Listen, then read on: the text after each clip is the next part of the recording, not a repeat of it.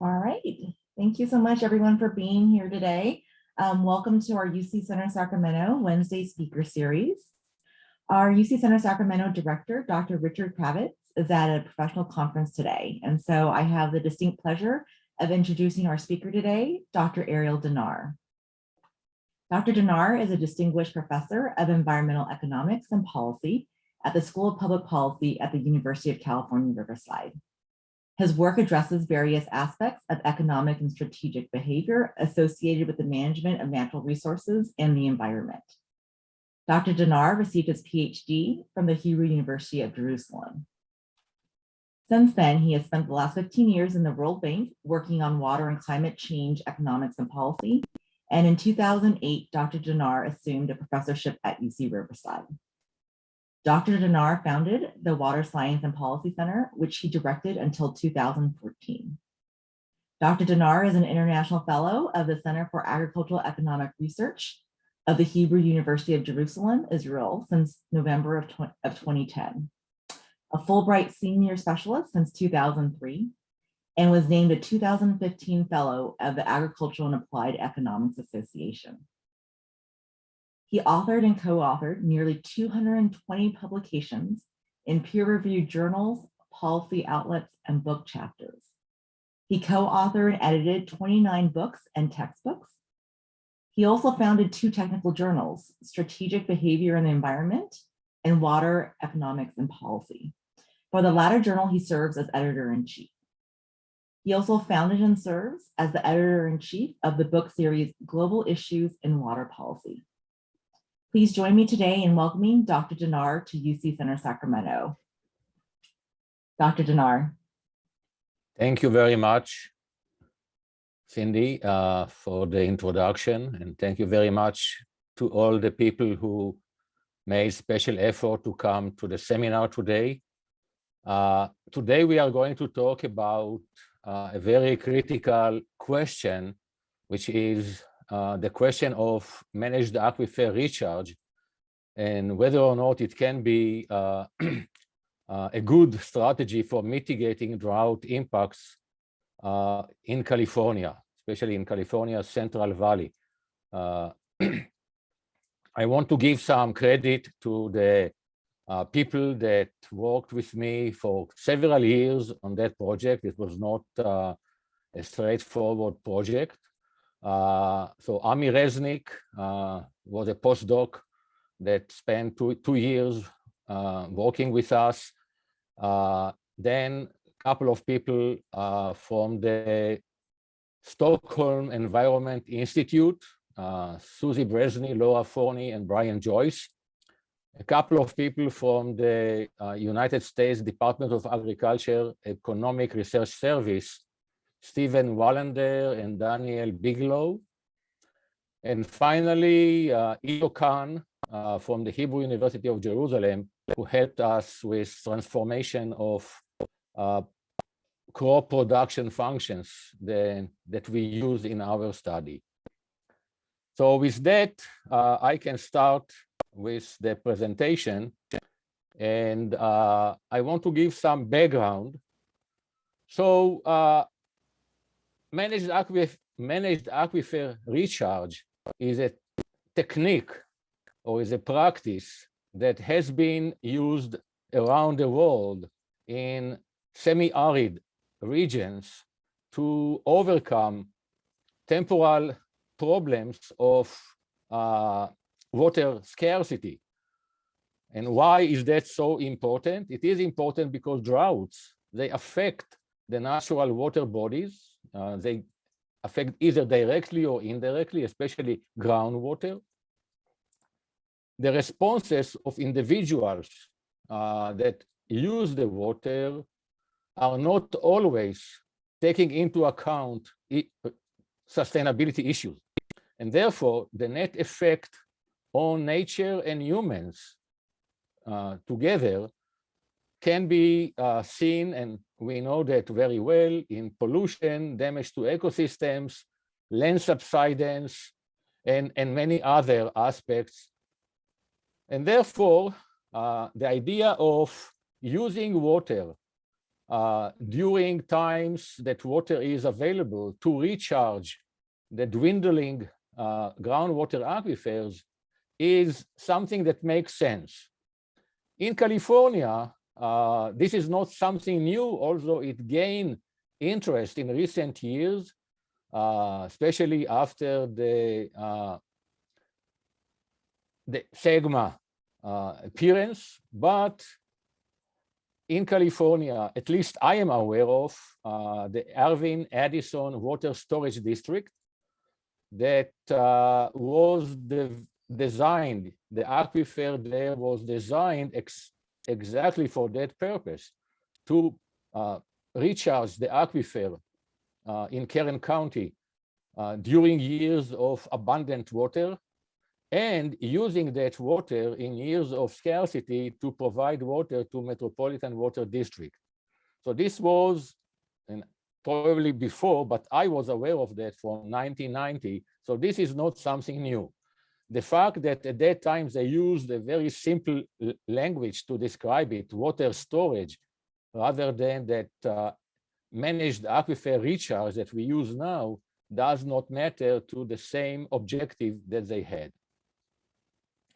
So let me give you some very brief motivation or reasoning for what we call the managed aquifer recharge. So this is a very nice, and we will use the very nice graph that was created by the US Geological Survey to show us the relationship between several variables. So what we can see are the different periods of time where water was more or less available in California Central Valley. Then we can see in green, we can see the surface water deliveries that were also correlated, negatively correlated to the availability of precipitation, dry, wet, and somewhere in between years or periods. And then the line that tells us how all of that affected the level of water in the ground, in the aquifer under the Central Valley. And we can see that the amount that was available went, and this is the first year, so it was 0 until 2014, went down by 100 cubic kilometers of water. And this triggered the initiation or the establishment of SEGMA, that is an important legislation that also features in our work. So let's start by two definitions that we are on the same ground. So some people can describe managed aquifer recharge, and I will start using MAR to make it shorter and save time.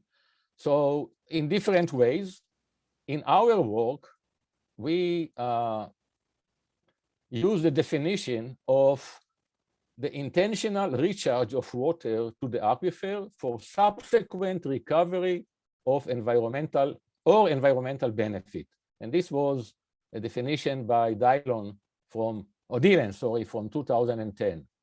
Another definition, so managed aquifer recharge could be either intentionally or not intentionally. And we want to use the intentional recharge as the definition that we will use in our work. Second definition is institutions, because we are trying to evaluate different institutions. They play an important role in the decisions to recharge or not to recharge. So institutions are norms, regulations, and laws that establish the rules of the game such that they condition and modify the behavior of individuals and groups such that, again, their actions are more predictable and expected. Again, this was a definition that was taken from Wiggins and Davis 2006. It is important because some people or different people define institutions differently. So, talking about MAR, now we need to convince ourselves that MAR has a potential.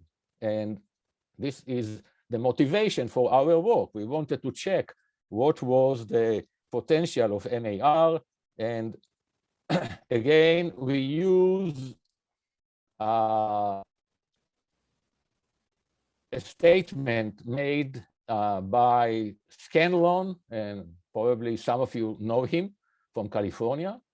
And he suggested the following, that spatio-temporal variability in natural conditions and the resulting heterogeneous groundwater depletion in the Central Valley basins support the hypothesis that MAR could be a promising strategy to mitigate the impact of future droughts on the Central Valley's water balance.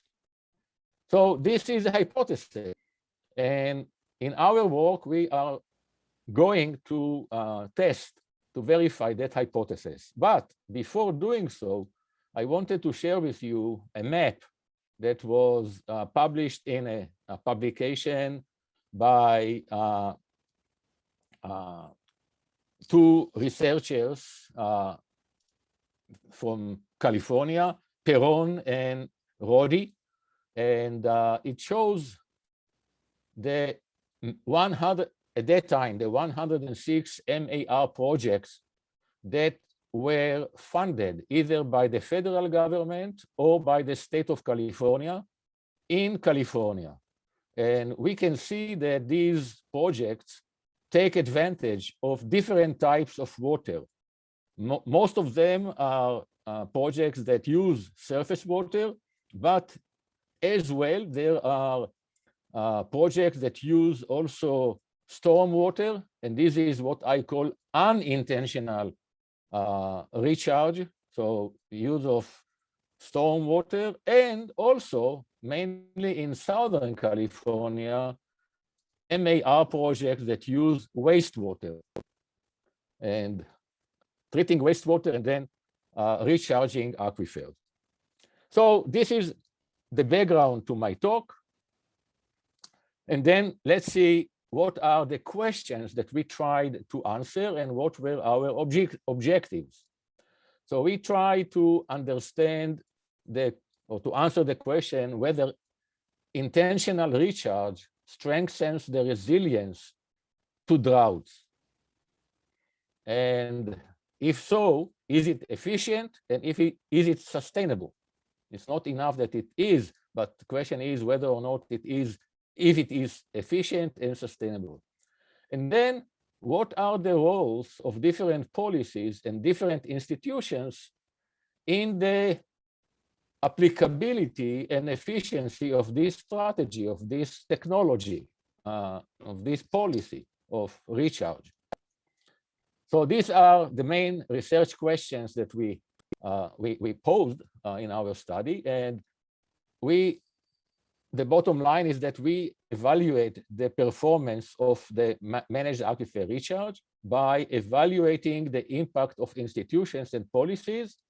And how we did it was by developing an integrative model that is applied to the Kings groundwater basin in the Central Valley of California as a good case study that addresses many aspects that are of interest to those people who deal with MAR. So I talked about an integrative model. I just want to share with you a statement by somebody which I like very much. All models are wrong, so don't expect anything good from a model. All models are wrong, but some are still useful. And we will try to see if what we developed is useful. So what was our methodology? And these are important points that I think make our study a little bit different from previous studies, either in California or in other countries around the world. One of them is Australia, which is very well known for its experience with MAR.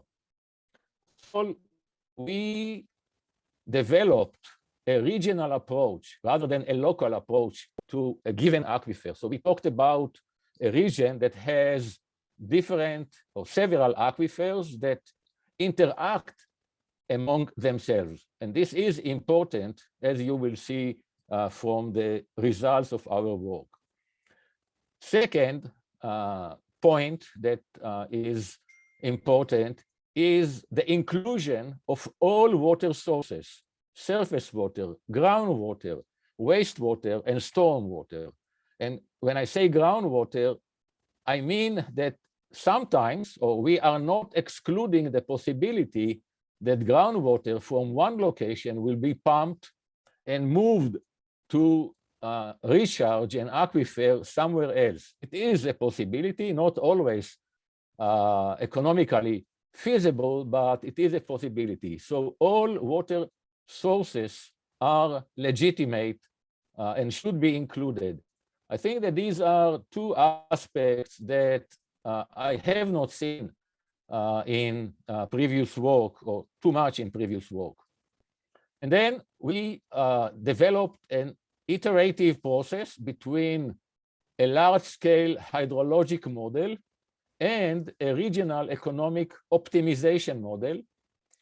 And we use that iterative process to guarantee that the economic decisions by those who make decisions on how much water to use and where and how much to recharge, they will be within the economic framework, that they will be also feasible on a wider scale.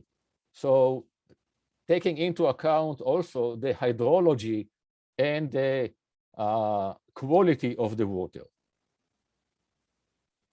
So the hydrologic model was developed using, and this is just technical information, using the WIP CVP-AM. This was the Central Valley Planning Area model, modified, and it was one component in our framework, and it simulates the hydrology and water management decisions in the region, including the infrastructure that moves water from one place to another. It includes rainfall, runoff, hydrology, water resources, infrastructure, water consumption, operation rules of the different reservoirs, and constraints to the water allocation decisions in the region. Different constraints, institutional constraints, water right constraints, and all of that. And then the economic optimization model interacts with the results of the hydrologic model to optimize land use, water application, and level of recharge. So this is the methodology.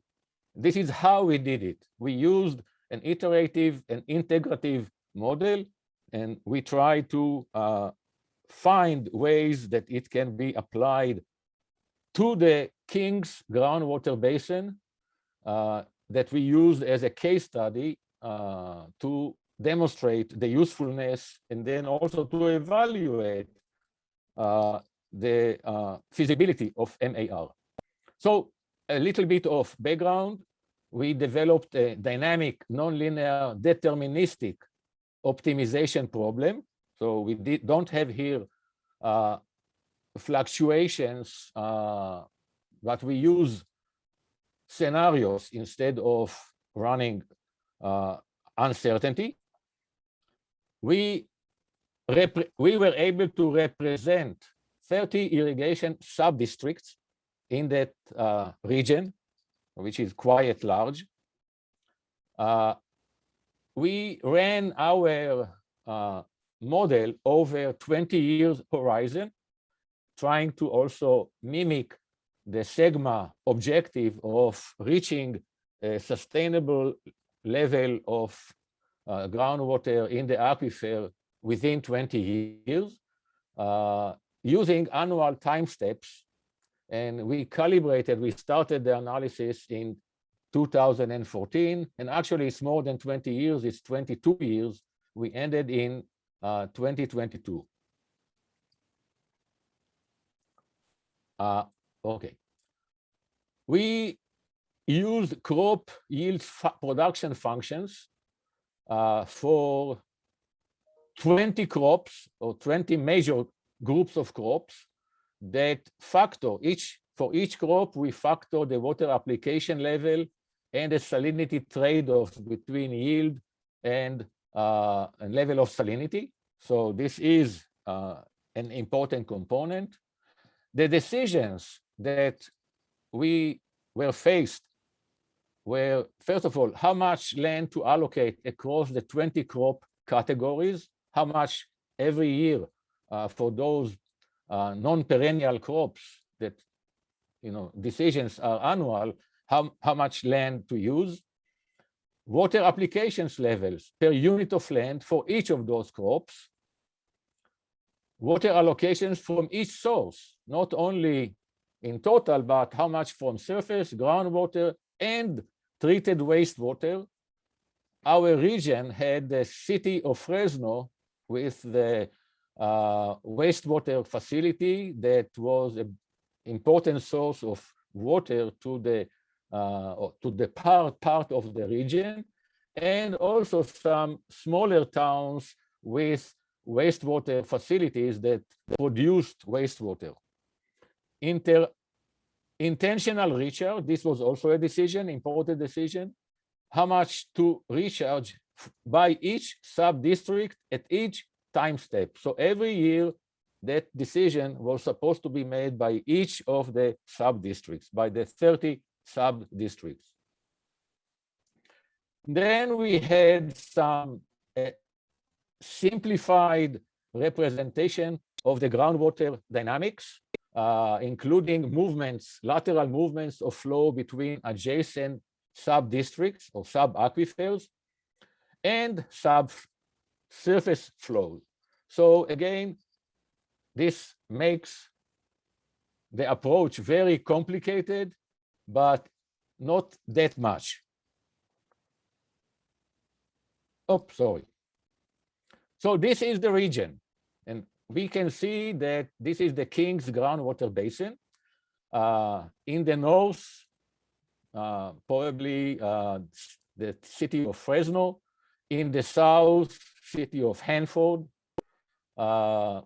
It included 7 decision analysis units. These are the definitions of the Department of Water Resources, of the California Water Resources. And each of them was characterized by different specifications that allowed us to run the model. So what was the data? And this is just a subset of the data that we used, but just to share with you how such analysis is data intensive, I will share with you 6 sets of data that we used. So first of all, our data included information about the shapes or the location of the different DAUs that I defined earlier. And if you can look at each of the DAUs, you can see that each one was divided into subunits. In total, 30 of them. So this is the DAUs, and some of them can be water districts, some of them can be a combination of water districts, some of them can be urban centers, and so forth. Then a second important variable that we used was I don't know if you are familiar with the SAGB, but this is the Soil Agricultural Groundwater Banking Index. And this is based on work that was done by UC Davis people, where every pixel in that map is characterized by a number that tells us how well that particular location can absorb water and let it infiltrate into the ground. Very important, because if we want to decide to recharge, we want to do it in a location that will be supportive of recharge and not location that will let the water stand. Another important variable was the depth to the water table.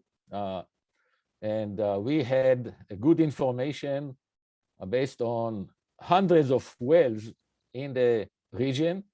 And this is the depth to the water table that affects also the lateral movements of the different types of water that are being recharged or pumped from the aquifer.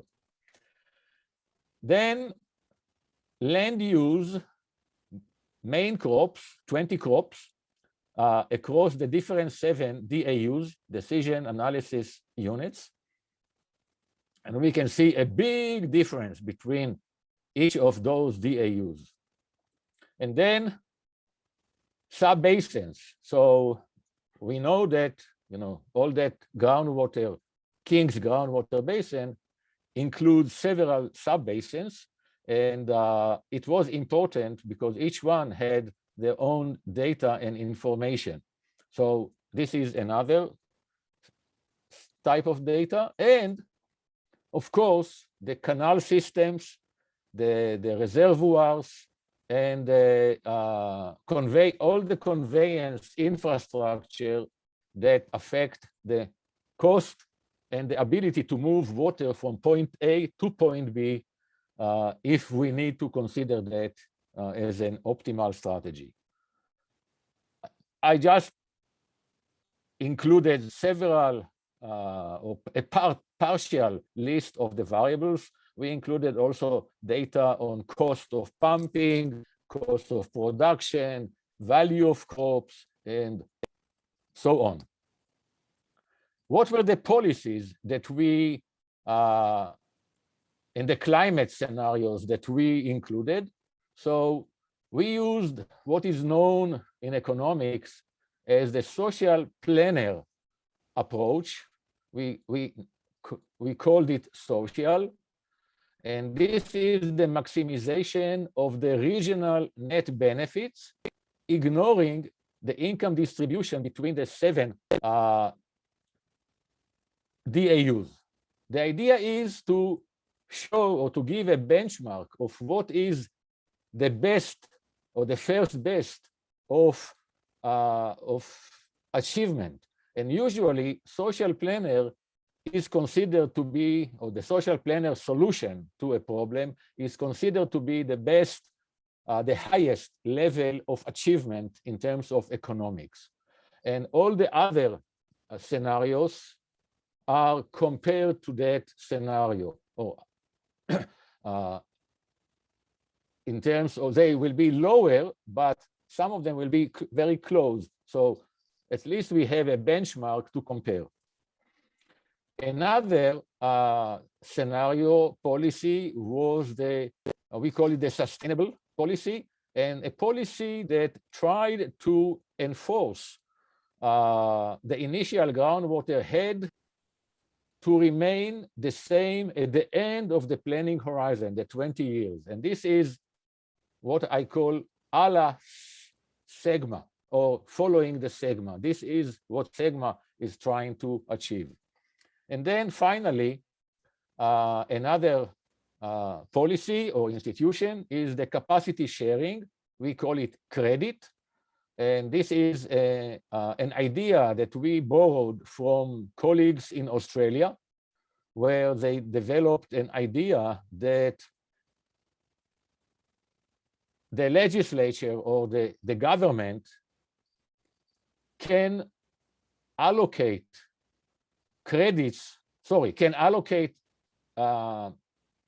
rights to use of aquifer volume or aquifer space. And each owner of credit of storage like that can sell or can buy, can pump from it for its own use, and can sell the rights to use it to somebody else. And we start with an initial credit endowment that we give each user, and we expect that during the process of running the optimization model, we will find out that some of the people or some of the decision making in the DAUs will pump from the aquifer, some will put back, and this is how it will work. It's exactly like a water market where each user has a given water right, and they can also exchange, sell, or buy and improve their performance. And then we used 3 climate scenarios. Climate is an important component in the MAR. So we used an average climate, the annual average conditions in terms of precipitation and affecting also the availability of water. And then 2 alternatives. One we called History 1, that imitates the 1975 to 1996 climate conditions in the region. And the second one is History 2, which imitates 1983 to 2004, which is a little bit more variable.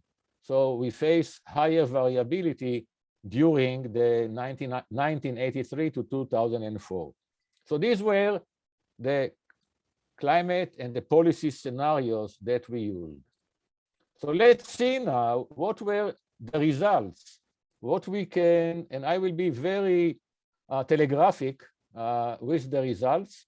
What were the results of our analysis? So first of all,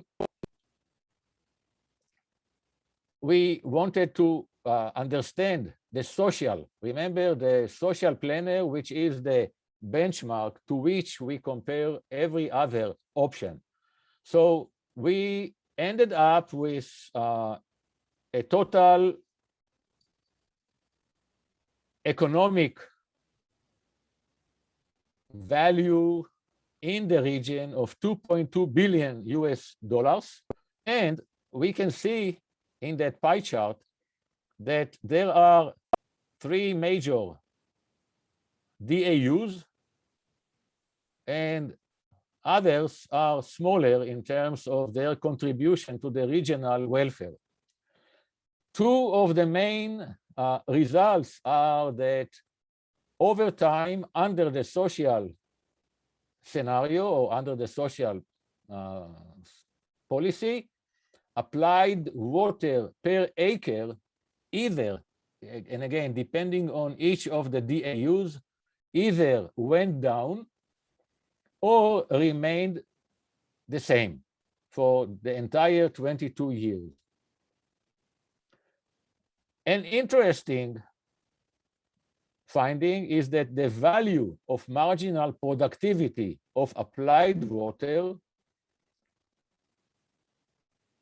either remained the same or improved over time with the MAR.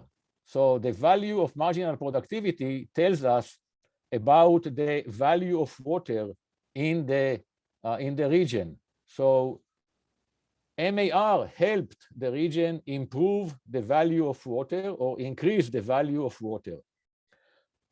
There is a very interesting additional result that tells us that sometimes storing water for scarce years is associated with higher VMP or value of marginal productivity compared to the use of the water in irrigated agriculture. I will return to that point later.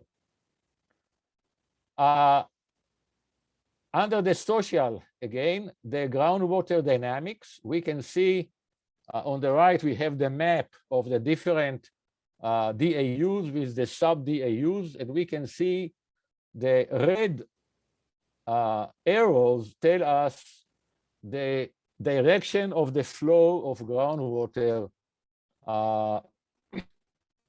before or at the beginning of the analysis, and the blue arrows tell us the direction of the flow at the end of the analysis after 22 years.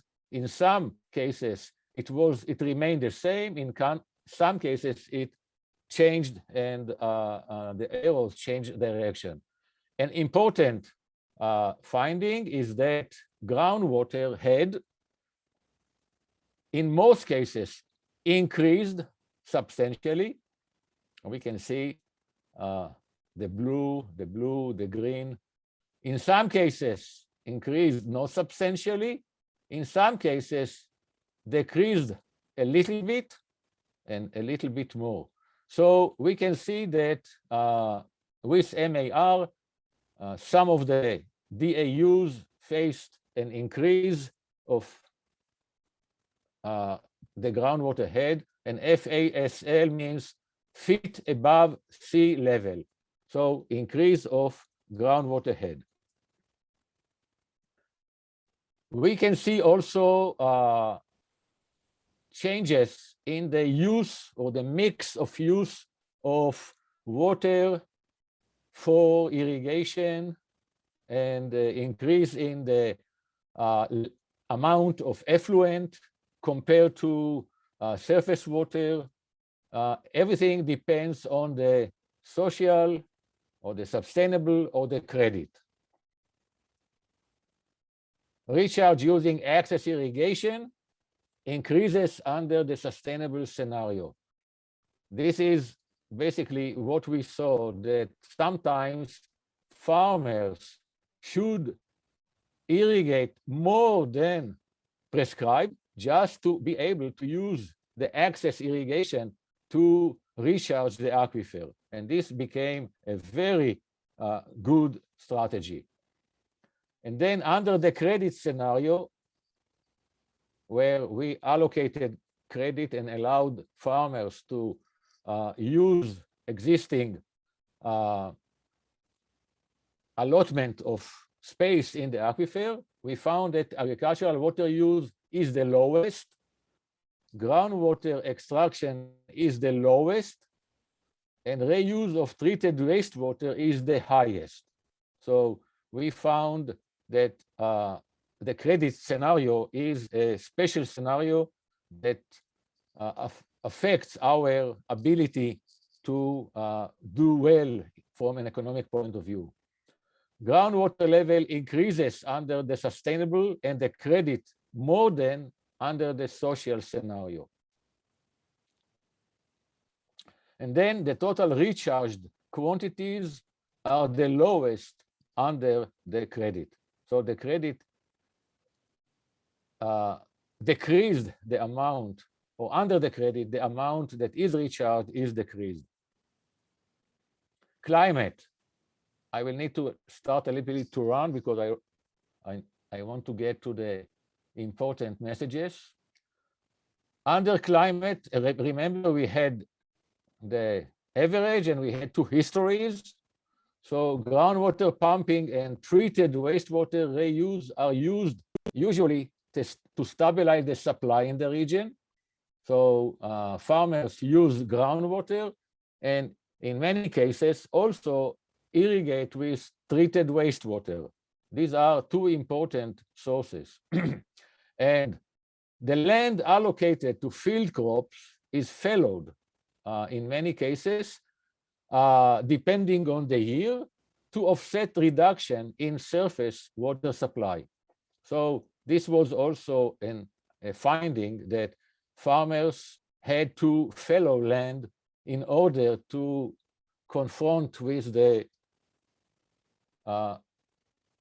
different legislations that they faced. I will just go over that and run to the final set of results. The recharged on the right side, table 2, we can see that the recharged aquifer amounts to the aquifer are very sensitive to the fluctuations in the climate. So history 1 and history 2 are our climate scenarios. History 2 is much more variable than history 1, and therefore we can see much less water recharged to the aquifer under history 2. So this is what we can see in the right-hand side of the slide. An important finding is that the value of unit of water that is recharged is generally does exceed the value of the water in production. So even if we saw earlier that over time the value of water in irrigation went up, the value of water that is recharged went even much higher than the value of water under irrigation. And then on the left side, a very important final table that shows us the difference between the three scenarios or the three policies as compared to the different climates. Everything is compared to the social planner or the social runs.